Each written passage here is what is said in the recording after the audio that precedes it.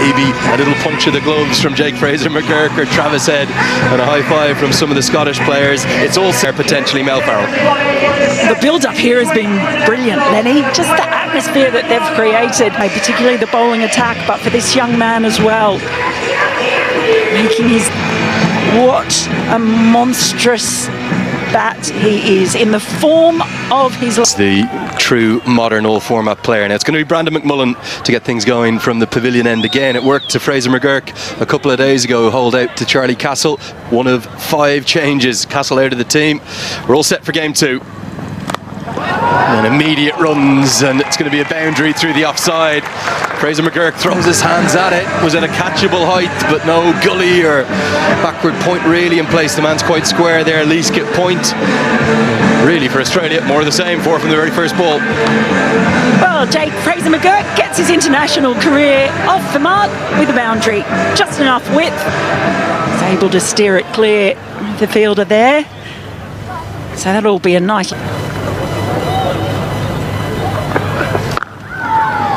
Nicely played, a hand on it from cover point. I think that's Michael Jones there, but doesn't get enough of it to cut off the boundary.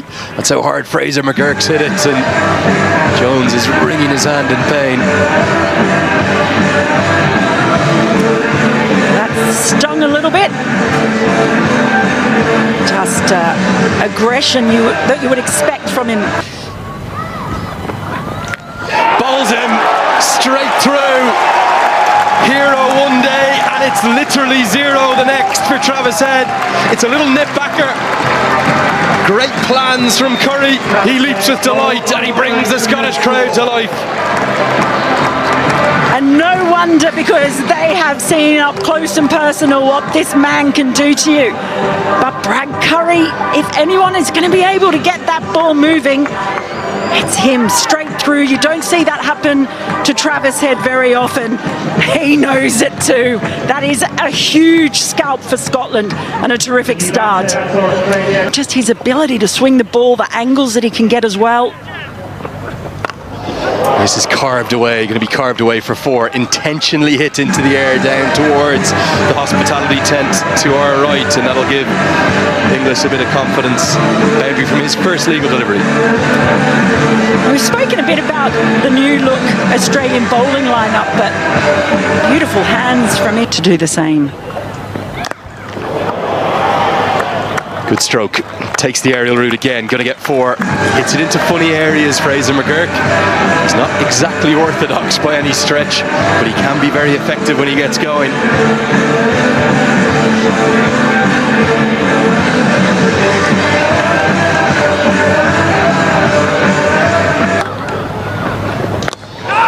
This has gone a long, long way up. Has he got enough of it? He doesn't think so. Long on, nestles underneath it. It's Soul again. And somehow he hangs on. Redemption in a matter of moments for the man back into the starting 11. He juggled it. It can't be easy in these conditions, but both openers are back in the hutch and Scotland are on top. Well, every Scottish breath was inhaled then in this stadium, and he had to juggle it. Boy, oh boy, that was close. Curry thought he might be the key man today. He's struck twice. This is a good start for Scotland. The shed. Good stroke. Gets it through the covers and will get 4. Just giving himself a bit of room outside leg stump. He breaks the pressure that was building on him. 3 consecutive dots, and now it's a first boundary for Cameron Green. Yeah, just backed away, gave himself some room, enough width to be able to clear the infield. Hasn't played as many T20s for Australia. Yeah, that's an outstanding stroke, and it's going to go all the way. Immediate innovation from Inglis, who just scoops it over his shoulder, gets into position early. It was a back of a length delivery from Brad Whale. And they're going to look to it. Really well struck. He gets it in front to square and will get good reward too. It's gone all the way. Wheel maybe not quite at the pace to test out that part of the pitch, and Leask had just been sent a couple of yards behind square. The 50s come up here in the 6th over. Yeah, Australia trying to make hay. And that one's just caressed all the way. There you go, sir, do your job. Don't spill your beer. Mark Watt's not happy about it, though. Yeah, stroked nicely down the ground there by Green. I mean, as a bit of a misfield long off, and that will not make Mark Watt any happier. Michael Leask down the long off there, attacking the ball, trying to get the throw in, just lost his grip, and that will not be a boundary that Scotland want to. Wow. More innovation, and that is beautifully played. Inglis is on fire today. He's taken over the Travis head roll. Yeah, brilliant innovation again. We've seen it already play at the more conventional ramp to Wheel in the last over. This time he goes reverse to great effect. We saw him doing against McMullen in McMullen's last over, and didn't quite time it. With the extra pace of Wheel and with third man up in the circle, he was very comfortable to know even a quarter of the bat was going to get him rewards. And around bat wasting time, leans back, cracks that one well into the crowd. Watch out if you're out there, because that is a smoking from Inglis. Yeah, and that brings up Inglis's 50, and fine style. He has played all around the ground today. He managed to give himself some room outside the leg stump, knowing that Watt is looking to target the stumps, trusts his hands, and with these short range boundaries, it was just a nice swing of the bat, and that's 50 for Inglis, only 20. And he just goes with the spin just over the head and into the crowd. So Cameron Green getting in on the action now. Yeah, 19 off 19 balls before that. That's enough for Cameron Green. He's given himself the platform. He's thinking now's the time to go. Nice, simple, stable base, swing of the bat. Greaves thought he was in there for a second. Bowling attack. Short, carved away. If it's a bouncer, it's got to be good. And oh dear, that's one down. you gotta watch the ball, but you've also got to watch what's around you. I don't think he'll be living that down anytime soon. That's a highlight reel he'll want to forget. But as we can see, Crystal, he's gone into the pitch there, but I think actually he's rolled his fingers over it. We've talked about his express pace here, Sol, and what he brings to the team, but 2 of his first 4 deliveries. Well, he carves that one away, and that's going to be a 1 bounce 4. So Curry getting a little bit of treatment now, coming back into the attack and not getting as much assistance. This is terrific stuff from Inglis.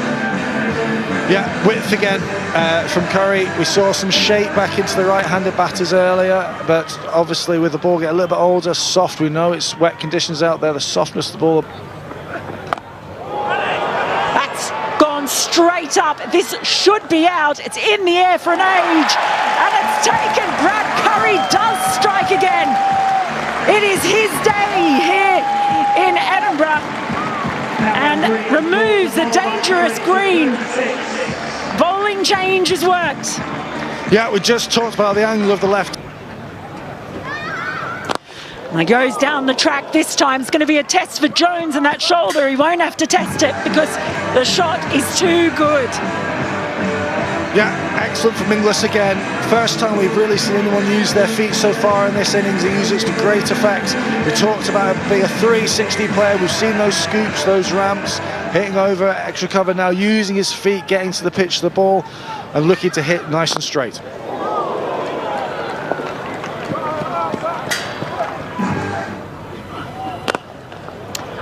This time just playing across the line, splitting the fielders in the outfield, and that's in the hospitality tent. I think he has spilled his beer. It's a red wine. Oh, you don't want to spill that. That's those Edinburgh prices. You'll never know what that's going to cost you. But yeah, really clever from Inglis. Used his feet, got to the pitch, the ball, knew what would look to adjust, rocked. 7 overs left. As Greaves comes back in, drags one down, and he's pumped. Well, a long, long way. Not the length you want to bowl to Inglis, who's been so quick at picking up that length. And it's a maximum and immediate pressure on Chris Greaves. Yeah, English does it again, recognising that he picks up length so quickly. Wicket keeper, small man, small in stature, but he hits the ball a long way. We know Greaves loves to bowl those googlies, those back of the length trends.